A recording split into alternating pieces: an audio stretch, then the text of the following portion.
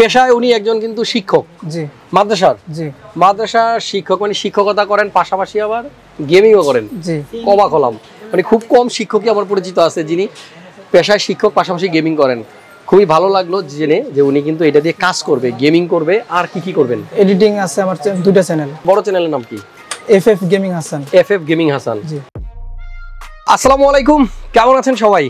যে যেখান থেকে আমার আজকের এই ভিডিওটা দেখছেন, আশা করতেছি সবাই অনেক অনেক অনেক বেশি ভালো আছেন। ভালো থাকতেই হবে, কারণ ভালো না থাকলে ঈদ কিভাবে ভালোভাবে পালন করবেন।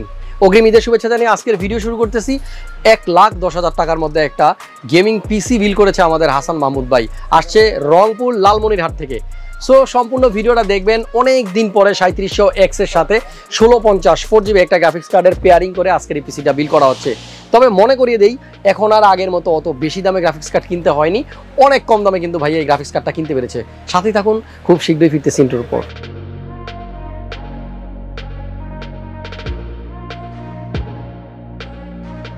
হাসান মাহমুদ ভাই, কেমন আছেন আপনি? আছি আলহামদুলিল্লাহ, আপনি ভালো আছেন? জি, অনেক ভালো আছি।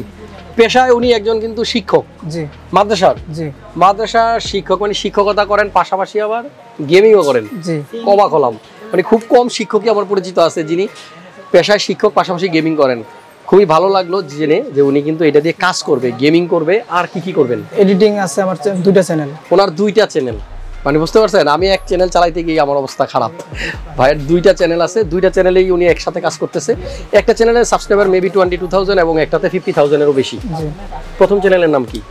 টেকনিক্যাল হাসান 360। টেকনিক্যাল হাসান 360। আজকে দুইটা ব্লগ করলাম, দুইটাতে আমার নাম এবং কাস্টমারের নাম সেম, মানে আমার মিতা। সো ওনার চ্যানেলের নাম হচ্ছে টেকনিক্যাল হাসান 360। নামের শেষে, মানে চ্যানেলের নামের শেষে 360 লাগালে মানে নামটার তাৎপর্যতা অনেক বাড়ে, তাই না? আমিও আরেকটা নতুন চ্যানেল করবো হাসান 360 নামে। ওকে, এরপরে বড় চ্যানেলের নাম কি? FF gaming Hasan. FF gaming Hasan. কিসের ভিডিও বানান? ওখানে গেমিং ভিডিও বানাই। গেমিং করে লাইভ স্ট্রিমিং করেন এরকম কিছু? না, এখনো তো লাইভ স্ট্রিম করার জন্য এগুলো নেওয়া আর কি। আচ্ছা, এখনো লাইভ স্ট্রিম করা হয়নি, এগুলো দেওয়ার পর লাইভ স্ট্রিম করবো আর কি। আমার দর্শক যারা ভিডিও দেখতেছে তাদের উদ্দেশ্যে কি বলবেন? দর্শকদের বলবো যে হাসান ভাই অনেক ভালো মানুষ। আমি অনেক মানে বিশ্বাস করে অনেক দূর থেকে আসছি। আচ্ছা।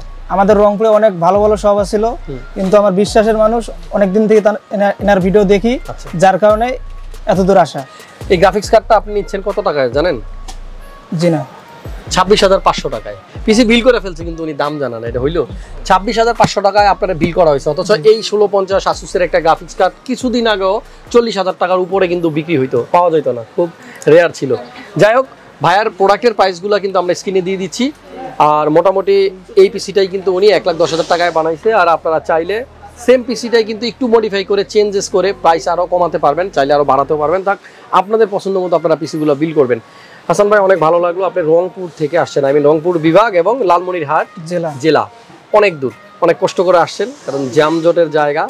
ঢাকার ভিতরেই মানুষ মোটামুটি এক জায়গা থেকে আরেক জায়গায় ইদানিং যাইতে চায় না, এত কষ্ট। তারপর অনেক দূর আসছেন, এই জন্য আমার পক্ষ থেকে অনেক থ্যাঙ্কস আপনাকে। ঠিক মতো কাজ টাজ করেন।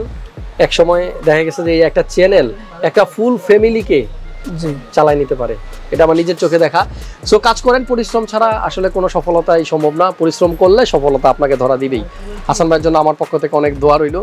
আর আমরা এখন একটু আপনাদেরকে আইডিয়া দিই 1,10,000 টাকার মধ্যে ভাইয়ার এই পিসিটা কিভাবে আমরা বিল করলাম। হাসান ভাইয়ের পিসিটা বিল করা হয়েছে Ryzen 7 এর 3700X এই প্রসেসরটা দিয়ে। এটা দিয়ে অনেক দিন ভিডিও করা হয় না, কারণ একটা সময় 3700X প্রসেসরটা প্রচুর চলতো, যখন গ্রাফিক্স কার্ডের দামগুলো রিজনেবল ছিল। গ্রাফিক্স কার্ডের দাম যখন বাড়লো, তখন এই 3700X দিয়ে পিসি বানানোর সংখ্যা খুব কমে গেছিল। এই প্রসেসরটার স্পেসিফিকেশন আপনাদেরকে একটু জানিয়ে দিই। 8 কোর 16টা থ্রেড, মানে 8 কোর 16 থ্রেড সহ একটা প্রসেসর, যে এই প্রসেসরটার বেস ক্লক স্পিড হচ্ছে 3.6 GHz আর আপ টু স্পিড 4.4 GHz। এবং এই প্রসেসরে আপনার ইন্টিগ্রেটেড কোনো গ্রাফিক্স থাকবে না।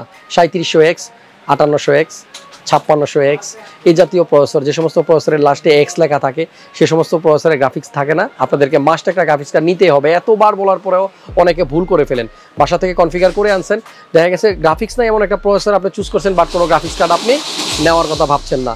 সো আপনি গ্রাফিক্স কার্ড ছাড়া কিন্তু সেই পিসি চালাতেই পারবেন না। হাসান ভাইয়ের মাদারবোর্ড কিন্তু B550 Aorus Elite ভার্সন 2। উনি আমাদের একটা স্পেসিফিক ভিডিও দেখে ওই ভিডিওর কম্পোনেন্টগুলো দিয়ে পিসি বিল করতেছে। এখানে ATX মাদারবোর্ড আর 550 Aorus Elite-এর এই মাদারবোর্ডটা আসলেই খুব ভালো, এটার বিল কোয়ালিটি ভালো, পারফরমেন্সও খুব ভালো।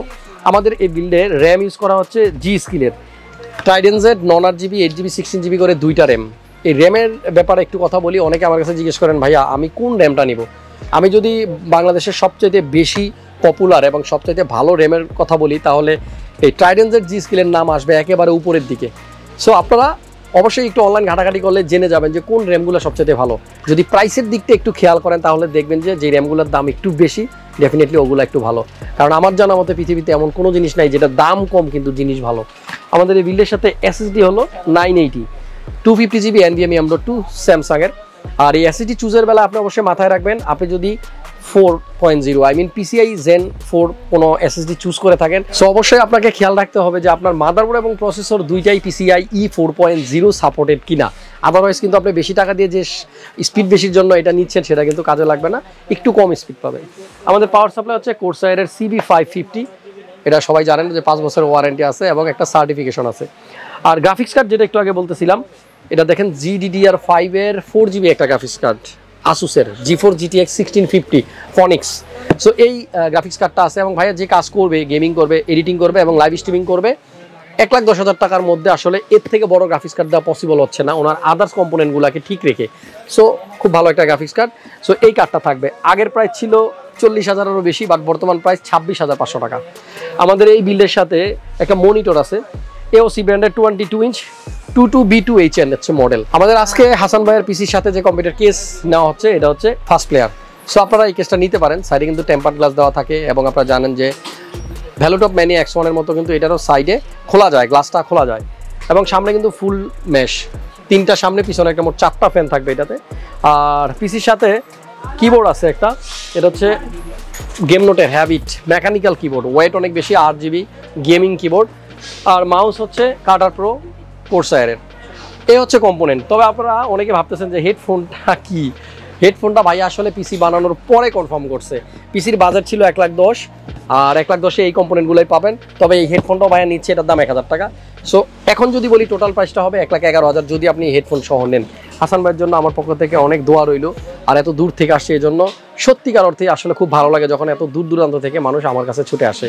আমাদের পরবর্তী ভিডিও যদি আপনি সবার আগে পেতে চান অবশ্যই এখনই চ্যানেলটা সাবস্ক্রাইব করে নোটিফিকেশনটা অন করে থাকেন। আর যারা অলরেডি করে রাখছেন তাদেরকে তো থ্যাংক ইউ। সো আজকের মতো বিদায় নিচ্ছি, নেক্সট ব্লগে আবার দেখা হবে। আল্লাহ হাফেজ।